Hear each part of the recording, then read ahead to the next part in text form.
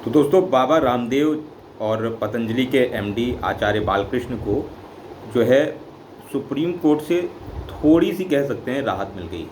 राहत इस तरह से है कि सुप्रीम कोर्ट ने कहा है कि आपको 1 हफ्ते की मोहलत दी जाती है और आप 1 हफ्ते में अपनी जो गलती है वो सुधार लें। हालांकि सुप्रीम कोर्ट ने आज ये भी कहा कि आप कोई जो है इनोसेंट पर्सन नहीं है, ये भी सुप्रीम कोर्ट ने कहा।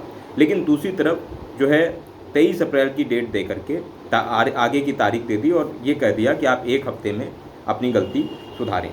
अब 1 हफ्ते में ये गलती कैसे सुधारी जाएगी, इसके बारे में आपको बता देते हैं। सुप्रीम कोर्ट के सामने आज बाबा रामदेव और आचार्य बालकृष्ण ये दोनों ही उपस्थित हुए और जो बाबा रामदेव के वकील हैं मुकुल रोहतगी, वो भी उपस्थित हुए। और बाबा रामदेव ने और आचार्य बालकृष्ण ने खुद कहा कि देखिए, हमसे उस समय गलती हो गई, हमें उसका अंदाज़ा नहीं था, हम खुशी में जो है शायद ज़्यादा बोल गए और इसलिए हम माफ़ी मांगते हैं और अगर आप कहें तो हम पब्लिक अपॉलॉजी भी देने को तैयार हैं। जिसके बाद सुप्रीम कोर्ट ने 1 हफ्ते का समय दिया, 1 हफ्ते का मोहलत दिया और अब बाबा रामदेव को पब्लिक अपॉलॉजी जो है देनी पड़ेगी। इससे पहले सुप्रीम कोर्ट में जब पहले आज से कुछ दिन पहले जब सुनवाई हुई थी, तब सुप्रीम कोर्ट से बाबा रामदेव ने माफ़ी मांगी थी और उन्होंने कहा था कि हम माफ़ी मांगते हैं, आगे से ऐसी गलती नहीं होगी। लेकिन सुप्रीम कोर्ट ने कहा था कि हमें आपकी माफ़ी, बाबा रामदेव की माफ़ी स्वीकार नहीं है और इसका जो है खामियाजा, जो उन्होंने भ्रामक विज्ञापन फैलाया है, उसका खामियाजा बाबा रामदेव को भुगतना पड़ेगा।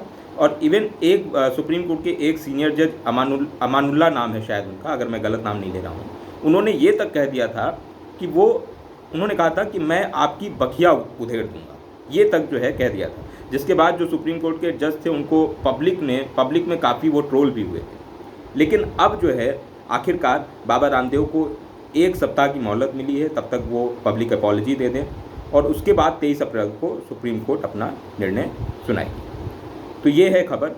आपको पता होगा कि बाबा रामदेव जो हैं और आचार्य बालकृष्ण जो हैं वो फर्जी माफ़ करिएगा, वो जो है भ्रामक विज्ञापन फैलाने के संबंध में उन पर ये केस चल रहा है। करीब 1 करोड़ रुपए का, अगर सुप्रीम कोर्ट नहीं मानता है तो करीब 1 करोड़ रुपए का जुर्माना हर प्रोडक्ट पर उनको भरना पड़ेगा, जिसके लिए उन्होंने भ्रामक विज्ञापन फैलाया है जिन प्रोडक्ट के लिए।